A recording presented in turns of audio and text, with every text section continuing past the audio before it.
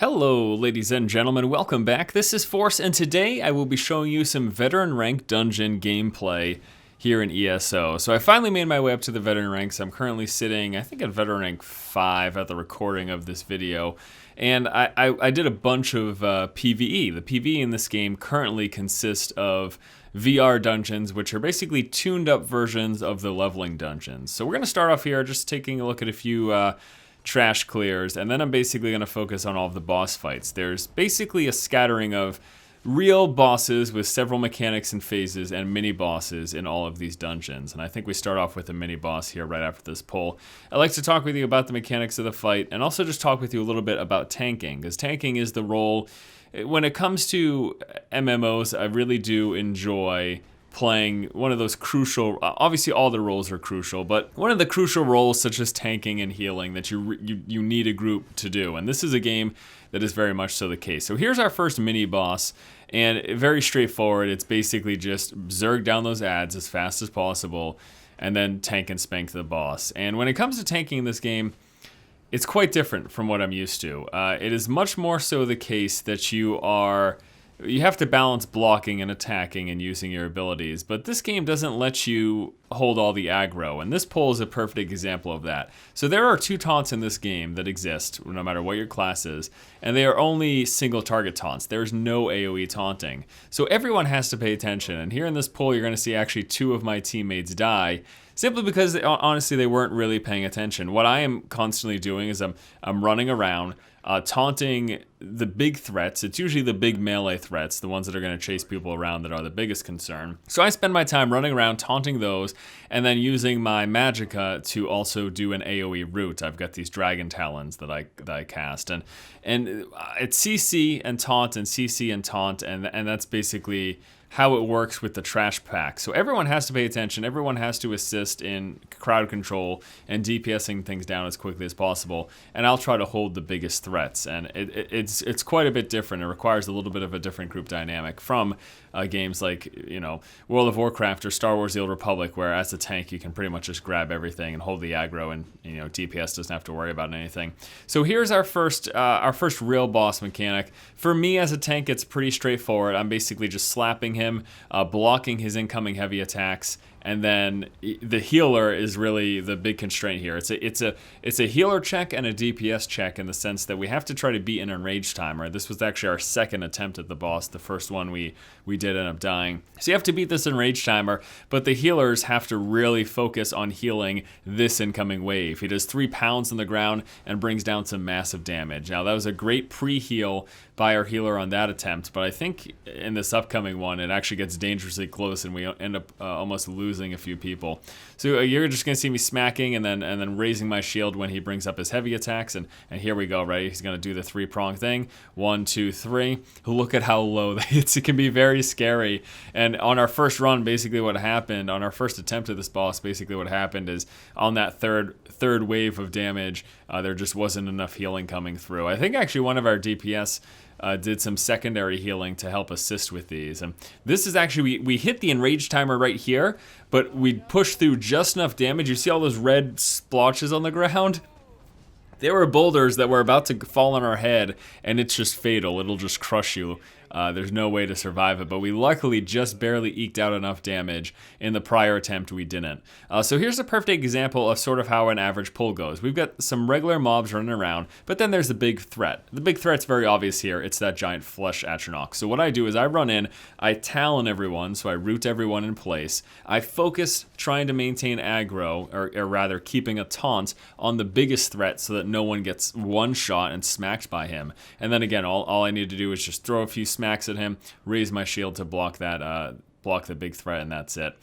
This is probably the first real interesting boss when it comes to mechanics. The first big boss that you saw there, for me, it was a very easy fight. But this one, I actually really, really enjoy this fight. You're going to see me die here as well, and I'll explain to you how that ends up happening. So this boss first summons a few different waves of ads. The first one is just that massive spiders, and he's just standing there. We actually can't really do anything to him. And then we've got another wave of spiders, and again, the notion persists. We talons all the small threats. I keep aggro on the big threat. It's usually pretty obvious. the biggest target here. It is. There's a big heavy attack coming from him. I just make sure I have my shield up. If not, if I get hit with a heavy attack, I get knocked down, and a lot of times that can be a big problem because I can lose aggro. The big spider or whatever big mob it is will start chasing people, and I can't respond until I get back up. This next wave here, just a group of enemies, humanoid enemies. The biggest thing to pay attention here for me is I try to keep those melee units away from my casters, my DPS, and we're also trying to make sure that we're interrupting the healers, and that's what ends up happening there. And then we are just about to go now into the boss phase itself, although there's actually this one last pull that I forgot about. So this one last pull, big threat, I taunt it. Here are 2 healers, and we just try to make sure we keep spell interrupts going up on those. This one is probably not the hardest wave, but it's the one that if you're not paying attention to taking out the healers, then you're gonna have a huge problem because this spider will cause you quite a bit of grief if you let those heals go down. But that's all, that's all pretty obvious stuff. If you are at all familiar with PvE gameplay in any other MMOs, you kill the healers first. It's pretty standard fare. So finally, that last wave is taken care of. Finally, here comes the boss, and he transforms into this shade. Now, there's a couple of different things that he does. The first one is that 3-prong. If you're wondering, by the way, these are 2 NPCs. They aren't real players right next to me. He does this 3-prong wave, and essentially what I need to do is back up away from it. But there's also this ring of death, and you just need to make sure that no matter where you are, outside or inside, you don't pass through the ring, because it is guaranteed fatal damage, and you'll see me make that mistake coming up here in a moment. So the ring moves around, you have to move with the ring. Even though I'm the tank, I can't stay there on the boss, because if the ring passes through me, then I'll just die. And again, you'll see that here in 1 second. So here's the prong attack. As a tank, you move back. Also important to make sure, because of that prong attack, he'll shoot it towards whoever he has aggro with. You need to make sure as a tank you're facing away. So there you go. I was just spacing it. I pass through that ring instead of following it like I should, and I die. This game does allow for rezzing of your allies, so you're actually going to see someone come up here, and you notice him channeling his hand down on me. So that is him rezzing me right now, and it just takes a few seconds. The channel completes, and then you can res. You res with pretty much no resources though, so it's important to pop a potion right away, and that's exactly what I do. I pop a potion, I heal myself up with green dragon blood, I get aggro back on the boss, and then we continue. Now the second time, I'm like, okay, let me pay attention this time. I follow the ring, I'm moving around with it. Luckily, I got the ring moved in the direction of the boss, which of course allows me to pick up back aggro on the boss just like that. And then we just keep tanking. So it's that ring, and it's the 3-pronged attack, which is this one right here. And so long as you face that attack away from your group, it should be a relatively easy fight. The only way things can get hairy if the ring passes, again, things will just get hairy if the rings pass through your group and they don't move. That's when you're going to run into a big issue. But there you go. We finished the boss, and just for the lulz, one of my teammates decided, yeah, let me just go through, and no, it doesn't matter if you do it at the beginning or the end of the fight. If you try to walk through it, you are a dead man. Okay, next up here, this is one of the mini bosses. We've got 3 flesh Atronachs, and it's just a matter of keeping aggro on all 3 of them. Can be very tough. As I mentioned, no AoE taunts in this game, just 2 single target taunts. There's 1 single target taunt in the One Hand and Shield skill line. There's a second single target taunt in the Undaunted skill line. The difference between the 2 is this first one is a melee one that uses stamina, and the Undaunted one is actually a Magicka one that is at ranged as well. So while I don't always have both on my hotbar, there are certain fights and certain instances that it actually makes sense to. And taunt can also be sort of buggy in this game. At least it seems to be in some instances. Here's another one of these mini bosses.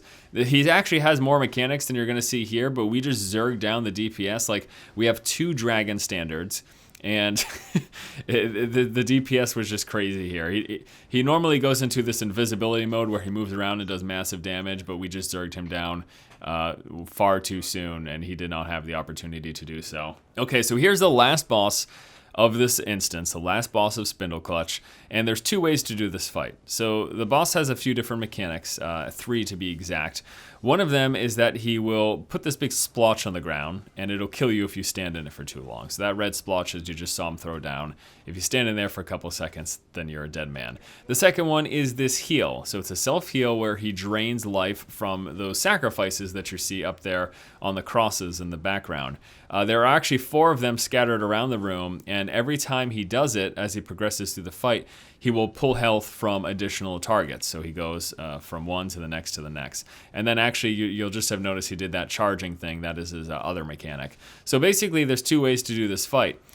Oh, someone just died in the red splotch. Again, if you stay in there for more than a second or 2, it's just going to kill you, and that's exactly how we ended up losing that player there. But again, you can res in combat, so this is exactly what we end up doing. There's the charge. Almost ends up killing our buddy Erlax there, but luckily he made it through. And here's the self-heal, this time pulling from 2 people. So another way you can do this fight, we are just trying to DPS past it. This is for an achievement. Another way you can do the fight is just to kill those sacrifices so that he can't self-heal. But again, we decided to do it this way. This is sort of like, I guess you'd consider the hard mode or the challenge version, where instead of killing his self-healing mechanic, you just try to DPS through it. And I think we just barely end up doing it before he goes Berserker's mode. I'm not positive, to be honest with you. I haven't done enough runs, but it feels like all the bosses, or at least some of the bosses, do have a enrage mechanic. It's probably not all of them. Here's this charge from one to the next. There's nothing I can do about that. He is just going to do that. So I basically just have to prepare to pick him back up once he's done that mechanic. And now you can see he's healing from 3. And then finally he'll be healing from 4. And we're just going to smack him around a few times. And we do end up taking him out here. So that's pretty much the full run. Once we finish this boss, that is it. And yeah, hopefully you guys enjoyed this. Again, I just wanted to show you a little bit of PvE gameplay. This is, again, a veteran dungeon. This is the 1 through 5 tier. So there's a veteran 1 through 5 tier where you have 3 dungeons. And then there's a 6 through 10 tier where there's another 3 dungeons. And at the moment, that's basically it in this game when it comes to group organized PvE. Now, we're expecting, hopefully within the next few weeks, to get that first major content patch in which we'll be getting those adventure zones and the trials, which is, you know, really supposed to hopefully be where the real challenge comes from.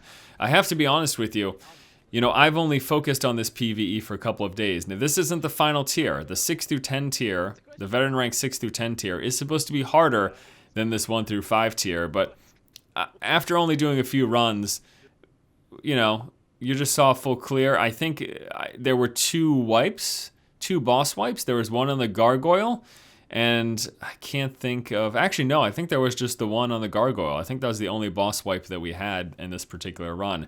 Now, one of the other people that I ran this with is experienced.